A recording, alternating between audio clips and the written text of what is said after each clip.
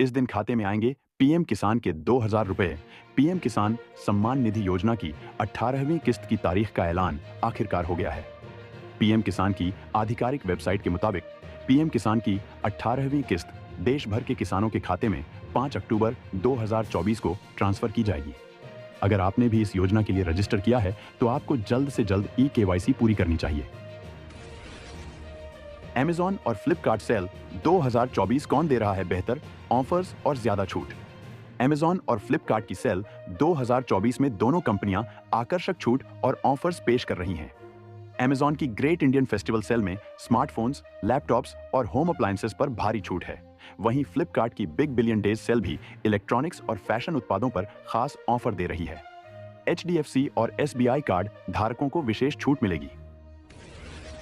मोदी सरकार का मजदूरों को दिवाली से पहले बड़ा तोहफा केंद्र की प्रधानमंत्री नरेंद्र मोदी के नेतृत्व वाली सरकार ने देश के श्रमिकों को बड़ा तोहफा देते हुए उनकी दिवाली और भी रोशन कर दी है।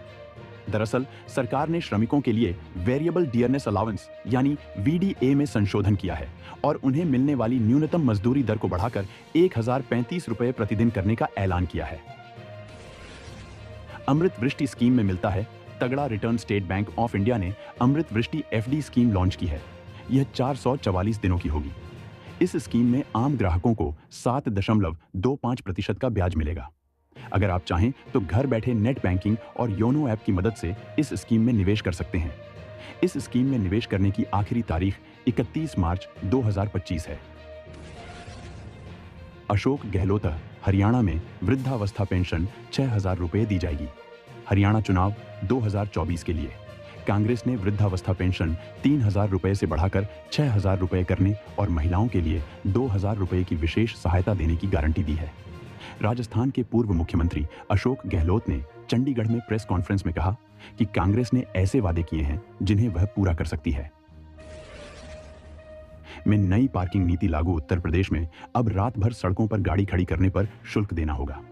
उत्तर प्रदेश के नगर विकास विभाग ने रात्रिकालीन पार्किंग के लिए योजना बनाई है, जिसके तहत गाड़ी खड़ी करने पर प्रति रात 100 रुपए से लेकर सालाना 10,000 रुपए तक का शुल्क लगेगा। बता दें कि बिना अनुमति गाड़ी खड़ी करने पर 3 गुना जुर्माना लगेगा। पेट्रोल डीजल के दाम घटने की फिर बढ़ी उम्मीद। पेट्रोल डीजल के सस्ता होने की उम्मीद एक बार फिर बढ़ गई है।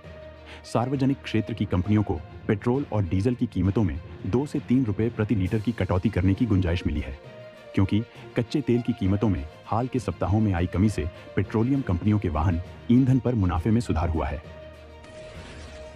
छठ पर घर आने वालों को रेल मंत्री ने दी खुशखबरी। दिवाली और छठ के दौरान यूपी बिहार आने वाली ट्रेनों में पैर रखने के लिए भी जगह नहीं मिल रही है। कई बार सीट कंफर्म न होने की वजह से लोग अपने घर नहीं जाते हैं। त्योहार के दौरान लोगों को सुरक्षित तरीके से उनके घर पहुंचाने हेतु रेलवे ने 10,000 से ज्यादा स्पेशल ट्रेन चलाने की घोषणा की। IPL 2025 में नहीं बढ़ेगी मैचों की संख्या। IPL 2025 में मैचों की संख्या 74 ही रहेगी, जबकि पहले इसे 84 तक बढ़ाने की अटकलें थीं। BCCI ने खिलाड़ियों के कार्यभार को ध्यान में रखते हुए यह फैसला लिया।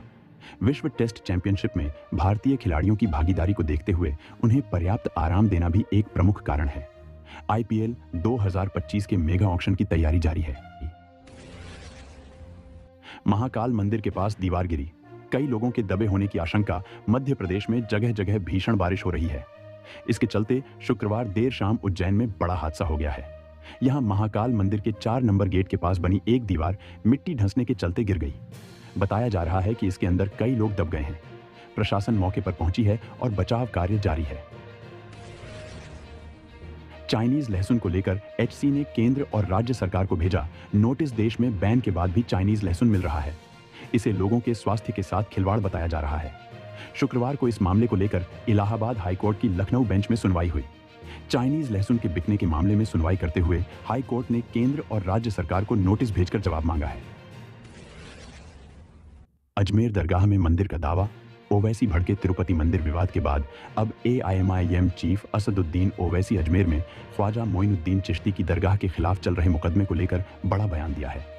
उन्होंने किरेन रिजिजू से सवाल किया कि इस मुद्दे पर अल्पसंख्यक मामलों के मंत्रालय का क्या रुख है। ओवैसी ने कहा, केंद्र सरकार मुसलमानों की जमीन हड़पना चाहती है। यमुना एक्सप्रेसवे पर महंगा होगा सफर, 4% बढ़ेगा टोल टैक्स। यमुना एक्सप्रेसवे पर सफर करना जल्द ही महंगा होगा। बता दें कि आगरा से ग्रेटर नोएडा और वापसी करने वाले वाहन चालकों को अब इस एक्सप्रेसवे पर चलने के लिए ज्यादा टोल देना होगा। यूपीडीए ने इसकी मंजूरी दे दी है। बताया जा रहा है कि टोल टैक्स में 4% तक की बढ़ोतरी की जा सकती है।